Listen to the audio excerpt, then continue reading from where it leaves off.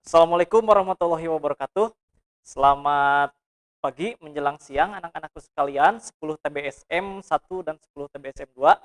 Oke, kali ini Bapak akan memperkenalkan diri terlebih dahulu. Nama Bapak Iskandar Nugraha, ya Bapak mengajar mata pelajaran kimia ya di kelas 10. Oke. Pada kesempatan kali ini Bapak tidak akan langsung maju ke materi ya, tapi Bapak akan mengenalkan pada kalian terlebih dahulu tentang mata pelajaran kimia ya. Lebih tepatnya yaitu pengenalan ilmu kimia dan korelasinya dengan kompetensi keahlian TBSM. Oke, lanjut. Oke, apa itu kimia? Nah, mungkin di benak kalian, kimia itu identik dengan bom misalkan, atau identik dengan bahan-bahan yang berbahaya, bahan-bahan beracun, mungkin yang bahan-bahan yang bisa membahayakan diri kalian. Nah, tapi pada dasarnya kimia itu sebenarnya ada dalam kehidupan kita sehari-hari. Ya, coba kita lihat, perhatikan di sini ada gambar air. Nah, air ini merupakan sumber dari kehidupan kita. Ya, air ini sering kita konsumsi. Nah, apakah kalian tahu bahwa air itu merupakan senyawa kimia? Yaitu adalah salah satu struktur dari senyawa dari H2O. Ya, H2O itu nama lainnya itu air. Ada juga kopi. Nah, kopi ini kan kalian suka minum kopi nih, ya. Anak laki-laki ya biasanya suka begadang ya atau di pagi hari suka minum kopi. Nah, kalau kita perhatikan senyawa kopi ini ya, senyawa dalam kopi itu mengandung kafein. Nah, kafein itu senyawa kimia juga. Nah, bisa dilihat sendiri di sana struktur dari kafein itu seperti apa. Oke, selanjutnya nih, kalau mamah kalian atau ayah kalian misalkan sakit kepala atau misalkan demam, ya itu kan diberikan obat, ya. Nah, obatnya itu biasanya diberikan paracetamol ya, paracetamol. Nah, paracetamol merupakan salah satu senyawa kimia juga, ya.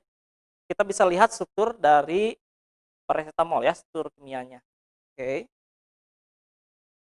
Nah, dalam tubuh manusia sendiri ya, dalam struktur DNA dan RNA yang membentuk sifat genetik dari manusia, itu juga tersusun dari polimer-polimer protein ya yang disebut dengan DNA dan RNA.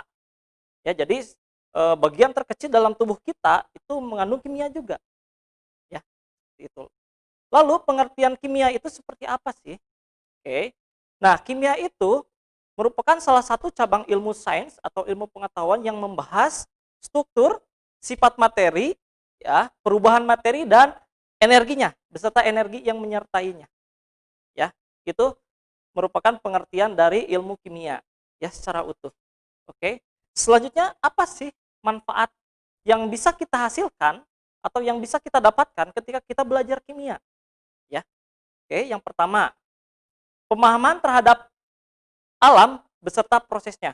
Nah, kita itu kan makhluk hidup. Kalau makhluk hidup, misalkan manusia ya, ataupun hewan, itu pasti bernafas. Nah, ketika kita bernafas, itu kita menghirup oksigen, ya, menghirup oksigen. Oksigen, rumus kimianya itu O2. O2 itu merupakan lambang kimia juga. Ya, berarti setiap hari kita menghirup kimia, ya, secara tidak langsung. Ya, kita menghirup kimia. Oke. Terus kita bernafas ya, mengeluarkan gas karbon dioksida dan uap air.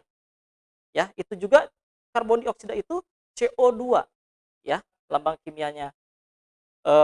Uap air itu H2O, itu juga kimia juga. Oke. Selanjutnya di bawah itu ada, kalian bisa lihat sendiri ya, itu ada besi yang berkarat atau rantai yang berkarat. Ya, itu juga merupakan salah satu proses dari perubahan kimia. Ya, itu ada dalam kehidupan kita sehari-hari, tanpa kita sadari, itu merupakan salah satu bagian dari kimia juga. Ya, oke. Selanjutnya, pemahaman produk hasil reaksi kimia. Nah, di sana ada sabun. Ya, sabun itu merupakan salah satu produk dari reaksi kimia ya yang berasal dari minyak. Ya, ada juga kertas. Ya, kertas di sana juga merupakan hasil reaksi kimia ya. Bahan awalnya yaitu dari kayu. Ya. Selanjutnya pemahaman andil ilmu kimia pada produk teknologi ya. Di sana ada pesawat terbang ya. Nah, perlu kalian ketahui bahan pesawat terbang itu sangat ringan tapi kuat. Mengapa? Karena di sana mengandung paduan logam yaitu magnesium, yaitu paduan antara aluminium dan magnesium ya. Ada juga kulkas. Nah, kulkas itu menggunakan senyawa kimia yang disebut CFC ya. CFC sebagai bahan pendingin atau istilahnya refrigeran ya. Seperti itu. Oke.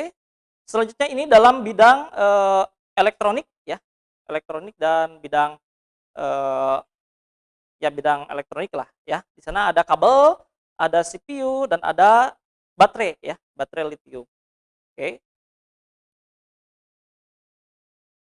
Oke, selanjutnya pemahaman yang lebih baik terhadap produk kimia yang bermasalah. Kita bisa lihat sendiri di sana ada penyemprotan DDT ya atau pestisida, insektisida dan lain sebagainya. Itu sekarang sudah harusnya tidak boleh digunakan kembali karena sangat berbahaya ya, bisa mencemari tanah ya yang tanah yang akan digunakan untuk pertanian seperti itu. Nah, sekarang makanya harus beralih ke yang alami ya, pupuk kandang ya, seperti itu. Ataupun pupuk kompos ya. Selanjutnya ada penggunaan styrofoam. Nah, styrofoam ini banyak digunakan oleh pedagang-pedagang ya, pedagang-pedagang asongan biasanya untuk seblak dan lain sebagainya, bahan makanan yang kalian konsumsi ya untuk jajanan. Nah, bahan styrofoam ini sebenarnya tidak kuat terhadap panas yang tinggi ya. Dia polimernya nanti akan putus ya, bisa terserap ke dalam makanan tersebut ya. Seperti itu. Nah, selanjutnya ini penggunaan AC. Penggunaan AC yang berlebihan juga eh,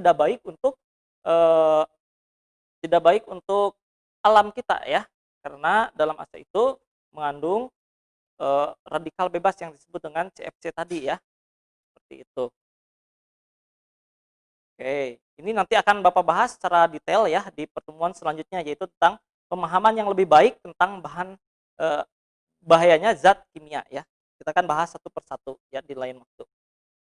Oke. Selanjutnya apa sih peranan ilmu kimia ya dalam kehidupan kita ya?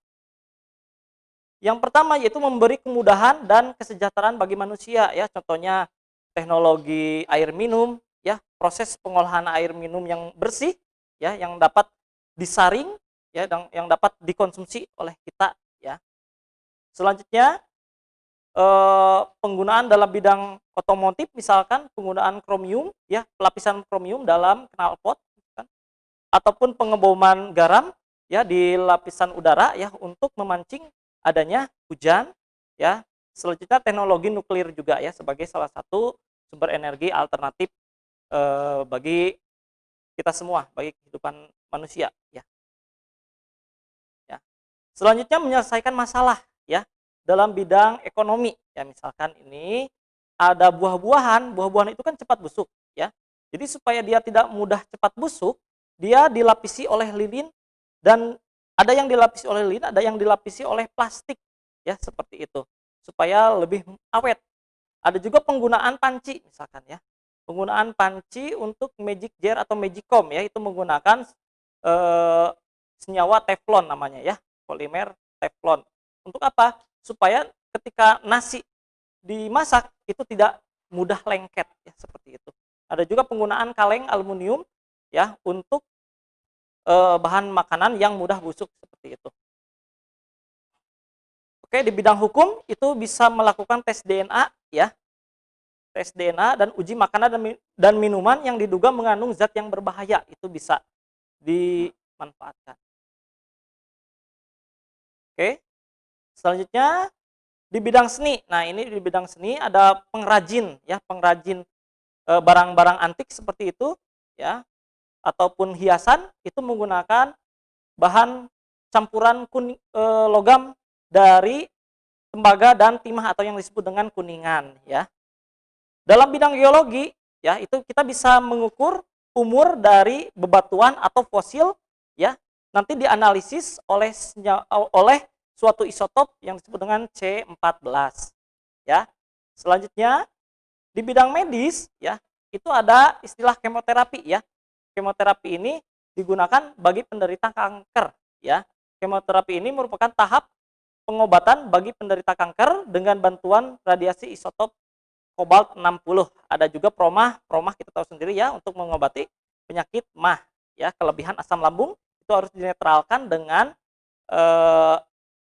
senyawa basa ya. Senyawa basa itu mengandung magnesium hidroksida dan kalsium hidroksida ya. Ada juga panadol, tadi sudah diceritakan, itu mengandung paracetamol. Oke, sekian ya pengenalan ilmu kimia ya bagi kalian. Nah, selanjutnya di kesempatan yang selanjutnya Bapak akan mengenalkan kalian apa sih korelasinya ilmu kimia dengan kompetensi kalian TBSM. Oke.